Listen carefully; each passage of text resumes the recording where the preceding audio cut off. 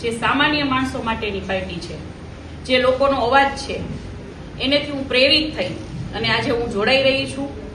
અને એક મારું આપ સૌને એક કહી દઉં કે આંદોલન દરમિયાન જ એક મારો ચહેરો પ્રખ્યાત નહોતો. આંદોલન પહેલા પણ છેલ્લા 15 વર્ષથી બહેનો દીકરીઓ માટેની એક હું અવાજ રૂપે અડધી રાતનો હોકારો હતી અને હજી પણ છું અને આગળ જતા પણ બહેનો દીકરીઓ માટે હંમેશા હું ઊભી રહીશ.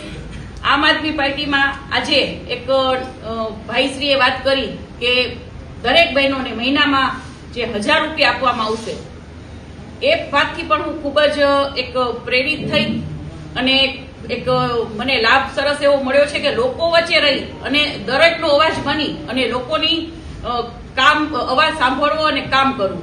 આજે આપ જોઈ રહ્યા હશો કે બીજી બધી પાર્ટીઓ હોય છે એ ખાલી વાતો કરે છે, પણ આમ આદમી પાર્ટી જોઉં છું ઘણા ટાઈમથી કે વાતો નથી કરતા, તરત રિઝલ્ટ લઈ આવે છે. ઘણા બધા એવી બધી એક વાતો છે કે કરી એટલી ઓછી છે.